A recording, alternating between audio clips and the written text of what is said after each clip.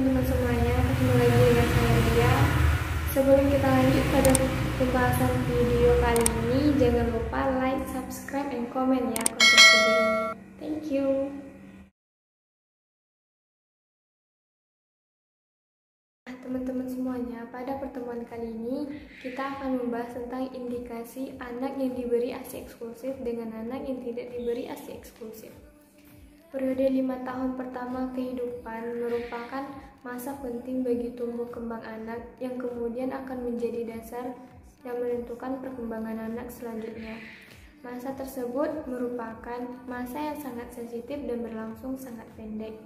Biasanya di sini perkembangan kemampuan anak seperti berbahasa, kreativitas, kesadaran sosial, emosional, dan intelijensinya berjalan sangat cepat dan merupakan landasan untuk perkembangan selanjutnya.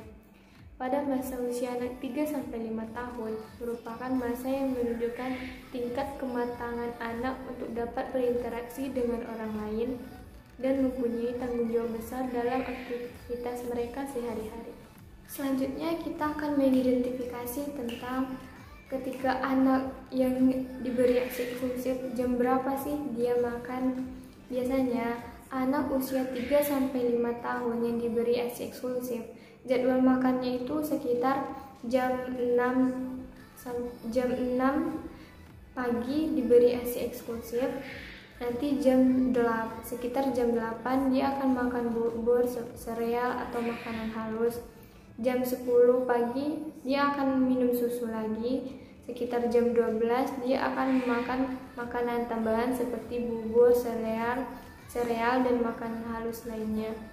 Jam 2:30 anak tersebut akan makan buah, dan jam 4:30 dia akan meminta ASI lagi, dan jam 6:30 malam dia akan makan makanan tambahan seperti bubur dan sereal. Nah teman-teman semuanya, nggak jauh beda sama anak yang tidak diberi ASI eksklusif.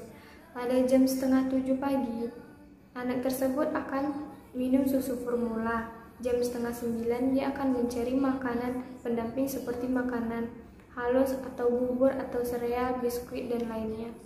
Jam 10 pagi dia akan minum susu formula. Jam 12 siang dia akan makan makanan pendamping lagi, dan jam 2:30 dia akan makan buah. Sekitar jam 4:30 dia akan minum susu formula, dan jam 6:30 dia akan makan makanan pendamping lagi seperti bubur, sereal, biskuit, dan lain sebagainya. Nah, ketika anak yang diberi ASI eksklusif itu, ketika dia bangun tidur, dia langsung akan mencari ASI, sedangkan anak yang tidak diberi ASI eksklusif, dia akan minta susu formula atau makanan yang lainnya. Berapa kali sih dia makan buah dalam sehari? Dari survei yang telah kami lakukan, biasanya anak-anak tersebut makan buah itu dalam sehari tidak jauh beda, bisa 1-2 kali sehari. Itu pun kalau makanan buahnya itu tidak terlalu banyak, hanya sebagai pendamping saja. Nah, di sini ketika mereka tidak nafsu makan, anak yang minum ASI eksklusif, dia akan mencari makanan atau bubur atau makanan pendamping ASI lainnya. Begitupun dengan anak yang tidak diberi ASI eksklusif. Nah, teman-teman semuanya, mungkin tidak semua orang ya, mungkin tidak dari semua kita tahu begitu banyak ternyata manfaat ASI bagi anak-anak. Yang pertama, sebagai sumber nutrisi. Yang kedua, meningkatkan daya tahan tubuh. Dan yang ketiga, menurunkan resiko mortalitas, penyakit akut atau kronis lainnya. Meningkatkan kecerdasan, bisa meningkatkan jalinan kasih antara ibu dan anaknya. Memenuhi kebutuhan pertumbuhan bayi sampai usia 6 tahun. Mengandung asam lemak yang diperlukan otak dan mengurangi risiko penyakit kencing manis dan kanker, serta menunjang perkembangan motorik. Itu beberapa kira-kira manfaat ASI ya teman-teman semuanya. Nah, biasanya anak yang mendapat ASI eksklusif dari orang tuanya cenderung memiliki daya tahan tubuh yang lebih kuat dari anak yang hanya minum susu formula. anaknya tidak diberi ASI eksklusif, biasanya tumbuh kembangnya bisa dengan baik, tetapi susu formulanya harus diberikan takaran yang sesuai dengan tepat. Selain itu, kebersihannya juga harus terjaga. Makanan yang sehat dan seimbang juga harus diberikan kepada anak agar anak tersebut tumbuh secara optimal.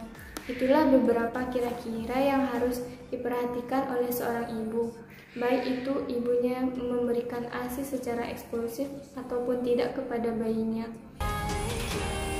Nah, sampai sini saja teman-teman semuanya pembahasan kita kali ini.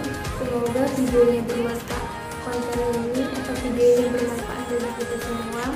Mohon maaf apabila ada salah-salah kata atau salah ucap. Dan jangan lupa like, subscribe, dan komen. Terima kasih.